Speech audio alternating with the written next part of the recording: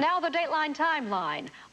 Over the years, we've done a number of stories about dramatic rescues, but none like the one we're going to bring you tonight. You may have seen some of the amazing pictures this past weekend. A 3-year-old boy falls 18 feet into an exhibit at a zoo near Chicago. Inside, 7 western lowland gorillas.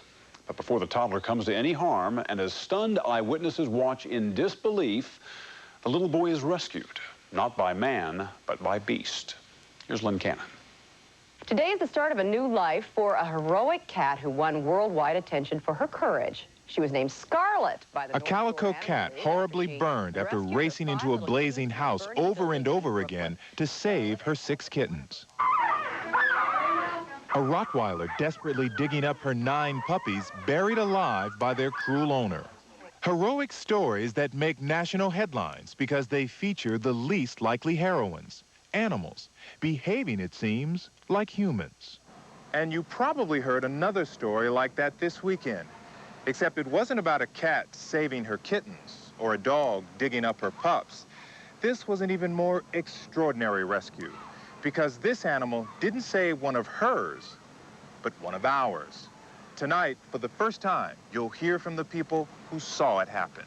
It was Friday afternoon at the Brookfield Zoo near Chicago when a 3-year-old boy and his mother approached a railing overlooking the gorilla habitat. Somehow, suddenly, the child fell 18 feet to the concrete floor inside the enclosure.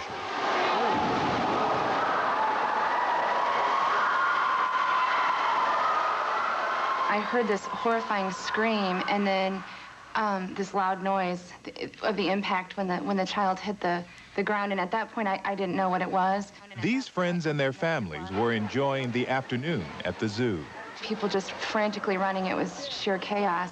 So at that point I turned around and I just started shaking all over, and the mother comes running up to me. The mother of the child. The mother of the child, and she was screaming frantically at the top of her lungs, "Somebody do something, that's my baby down there, that gorilla has my baby." And the first one that I spotted was my husband with his leg over the railing, looking down, and I knew right away he was trying to find a way into the pit. Did you say anything to him at that moment? Yeah, I grabbed his shirt and I probably screamed and just told him, "You can't go down there.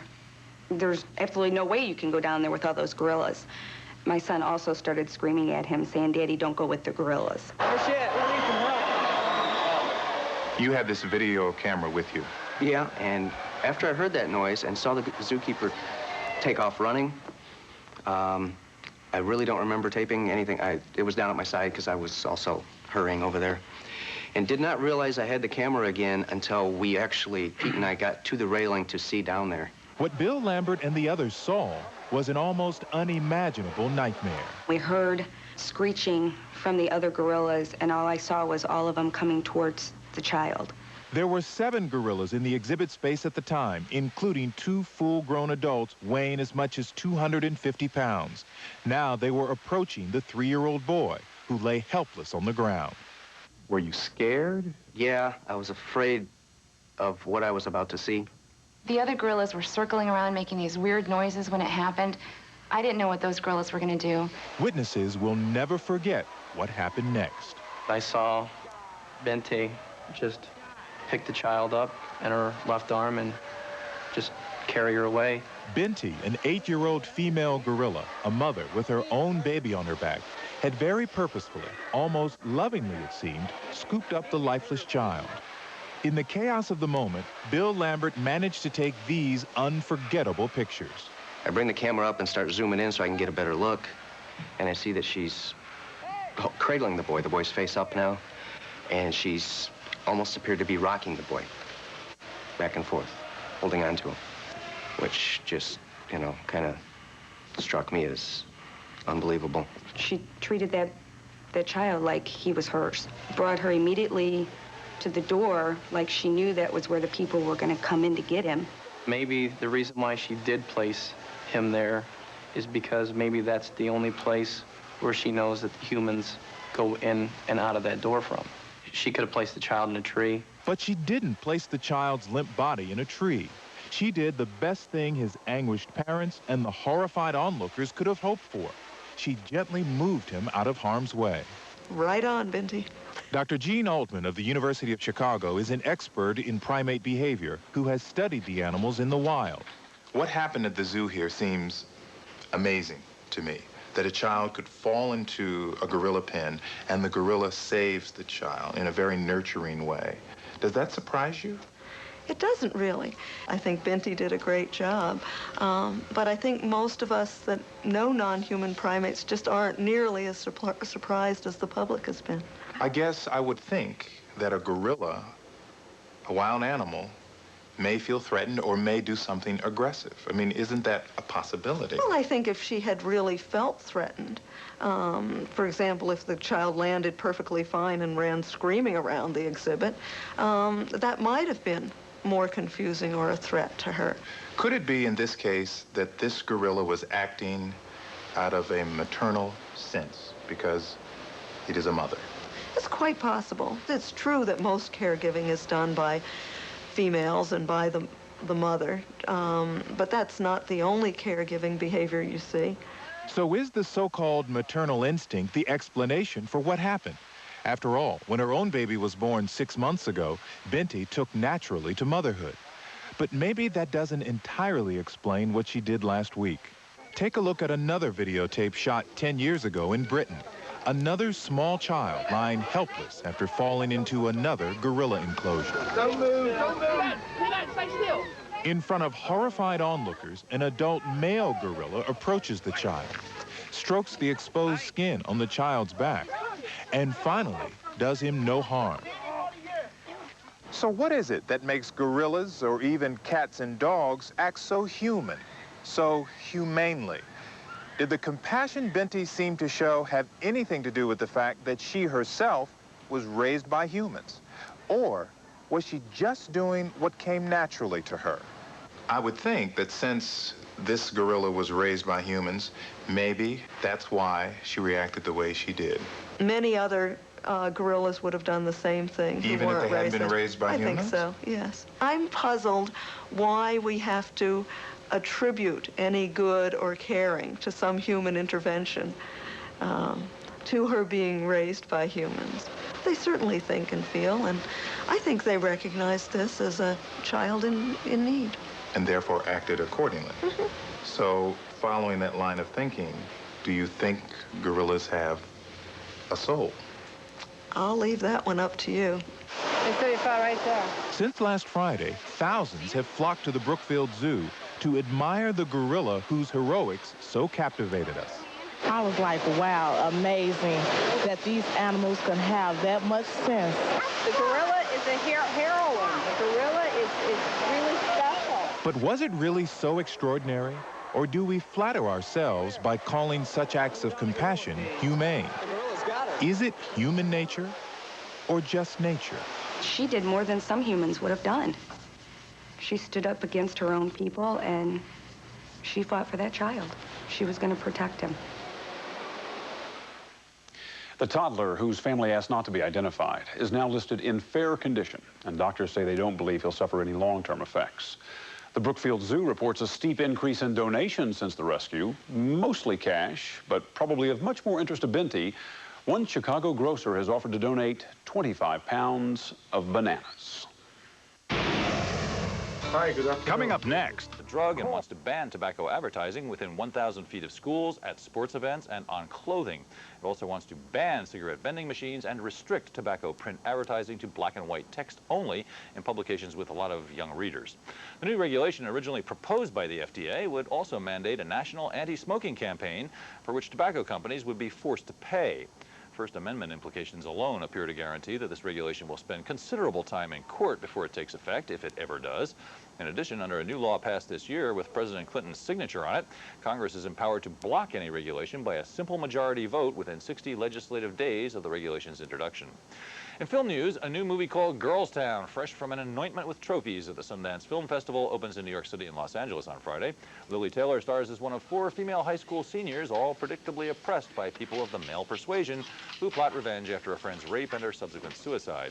The movie's a communitarian sort of project. The dialogue was largely improvised by the earnest young actresses. And Chris Connolly spoke to Taylor and director Jim McKay, a close personal business associate of REM's Michael Stipe, and endeavored to determine how it was that a woman's picture, as they used to be called, wound up being directed by, well, a man. The girls were so in their characters, just so incredibly intense in their friendship and in who they were, that they got giggly, and they started, you know, having all these inside jokes, and they really, you know, there were times when actually I was like the bad guy. If you have compassion for someone else's experience and understand that they experience the world differently, and Jim does, he understands he's not a woman and a woman has different experience, and so that's all I need. You know what I mean? And it doesn't matter if he's a man. He has that deep thing going on. Class, I've just come from Mrs. Clinton's office. Last night. I think he's dead. I think he's dead. Yeah. I was just in the principal's office. A cop was there, and they were talking about Nikki. Hey. Girls Town opens nationwide in September. The soundtrack features Salt-N-Pepa, Queen Latifah, Nena Cherry, and various other female performers.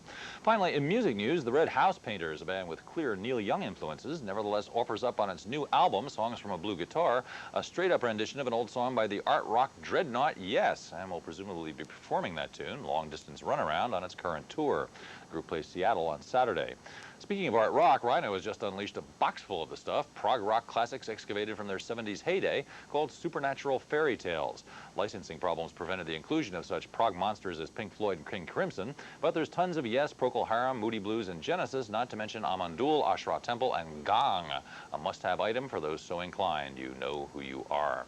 And contemporary rock stars get into classical mode on a new album called Exile on Classical Street, in which rockers such as Michael Stipe, Keith Richards, Steven Tyler of Aerosmith, and U2's Bono pick their favorite classical tracks. Keith's a Mozart man, Stipe plumps for Samuel Barber, and Bono says he likes Shostakovich's Stark String Quartet No. 8 because it evokes for him the horrors of Bosnia. That's the news for now. Do try to catch the Weekend Rock this weekend at these times, and we'll be back with more news later here on MTV. MTV News. You hear it first.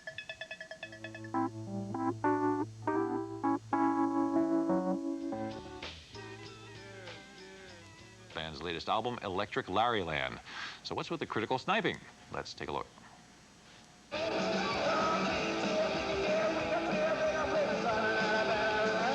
Punk rock bands today are Sha Na Na at Woodstock. Well, maybe, but after 15 years together, authenticity is no longer an issue for Austin's Butthole Surfers.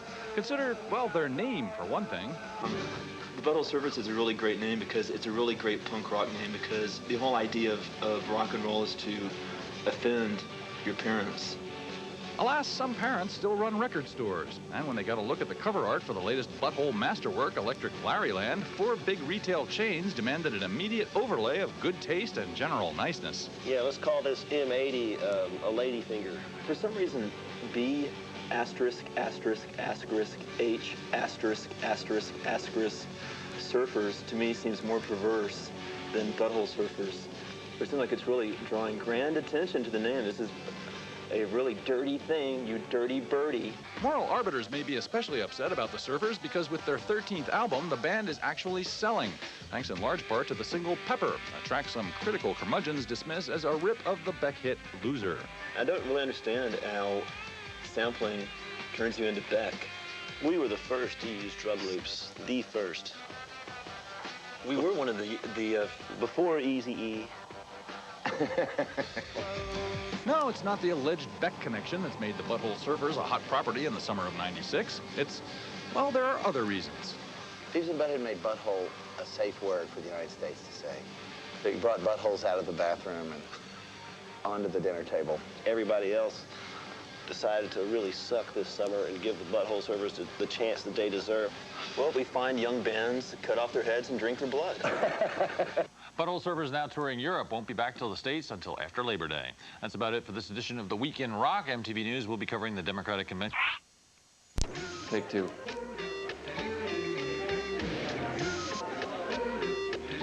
The past is a canceled check. Your maximum point of power is now.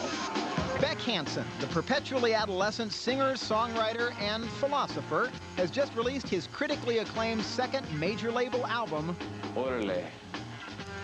Orale. It's orale. Orale, orale, orale, orale. It's a certain celebratory aspect to it, but right now, actually, the seafaring aspect is more the theme of the tour that we're embarking on now as a voyage. The voyage begins. Beck's own voyage set sail in the early 90s, playing coffee houses and other small venues, even local parks in his Los Angeles community, where the singer began fusing his influences from guitar-based folk. Tonight, the city is full of morgues. We took up with acoustic guitars, and we found ourselves beating these things, these crude, stringed, wooden things. To slightly less crude electronic things, loop-driven, sample-based hip-hop tracks that form the foundation of many of Beck's songs. We gazed upon this machine with envy and rage. We touched the buttons, and they were tender, yet forceful. And then the beats came forth, surged, like a wave. And on that crest, our rhythm was born.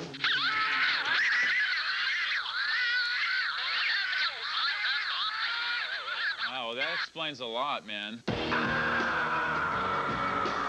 To help unify his complex palette of sounds, Beck signed on the Dust Brothers of Beastie Boys' Paul's Boutique fame to produce Odelay. But for Beck, the songs don't really take shape until he shares them with a live audience. It's strange being in the studio for months and months and constructing these songs and bringing them to life. The songs aren't really done until they're performed, you know.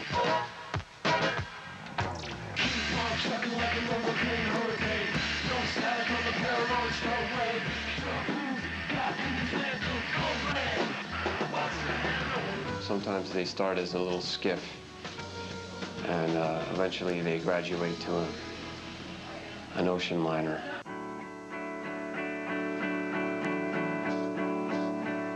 I have a lot of songs that I just write with a guitar, and I've been doing that for years. And with Mellow Gold and this new album, this is really just an extension of that, going into the studio and just laying stuff down and seeing what happens. What happened on 1993's Mellow Gold, Beck's first album, was the tidal wave-like success of an anthemic track called Loser, that in one fell swoop thrust Beck onto the musical map, and to his dismay, the cultural one as well. It was frustrating, the song being taken out of context and being used as this Generation X thing, which I could see it totally fitting, but it wasn't really intended as that, and it made me a little sad that the song, you know, could be used as something to sum up the whole generation. Baby, so why don't you kill me? I'm a little wary of anthems, but it's cool to play it now because it's funny. I feel like I'm doing a cover or something. It really has a karaoke aspect doing the song now. While Loser may be a karaoke favorite, Where It's At, Beck's Buzz Clip video, looks like it may become a line dance hit at your local country roadhouse, which Beck endorses with caution. I don't mind. I encourage it, actually. Although there is a danger in organized dancing.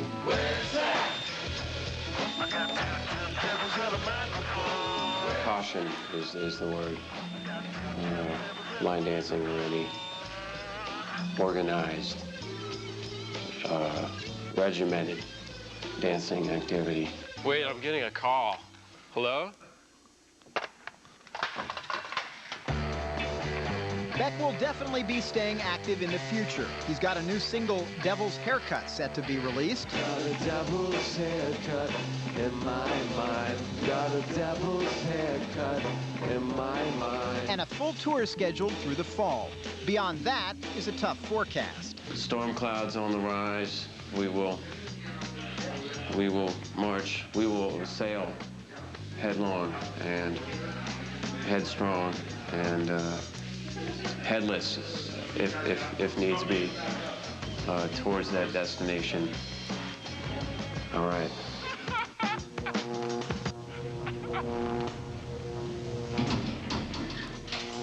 New York City's East Village. And today we're doing our very own shoot. We're doing it our way. And I'm gonna be the photographer. I'm gonna be the stylist. And all we need now is a model. Oh my God, Amber, it's rockstar Oh Pat my God, Smear. Pat! What are you doing? Hello, what are you guys doing here? Would you be into doing a shoot with us today? Would you be our model? Oh my God, I was gonna ask if I could. Oh my God! Let's go!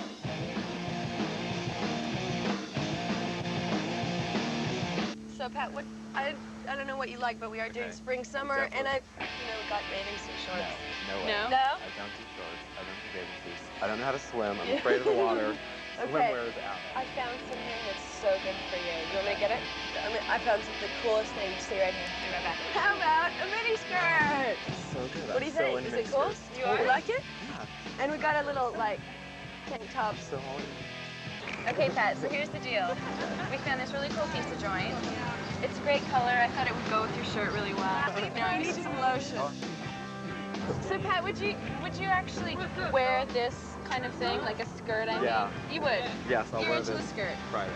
You're gonna wear it on Friday? Yeah. Cool. So I liked it when you were playing like a little girly, you know, bringing that feminine side in you. Hey, this little girl isn't here to get my ass kicked. I just want you to know.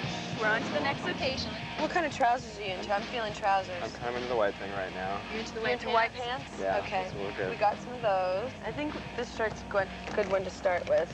Okay. I'm gonna grab some stuff. You guys go ahead and head out. So we're now entering Tompkins Square Park. So I brought you some nail polish here. This is a good color, don't you think? You're in my shot. I Can you bring your hand closer up to your face? You look gorgeous. Did they really say this stuff to you? Yeah. Oh yeah, come on, baby, give it to me. I'm yelling at like the real cameraman. You're in my shot, man. So good. This time I think we should go with a suit, Shalom. Woo! Let's go. You a barefoot kind of man? I don't know. I live in Hollywood. You don't really want to walk down barefoot around there. True. I've seen you barefoot Yeah, I many a can't time. play in shoes. I just can't have fun. All right, so this next shot that we have set up here with Pat is a flower scene. Flowers are so sad. Flowers are sad? You can hold it right. Why do they make you sad? Sorry.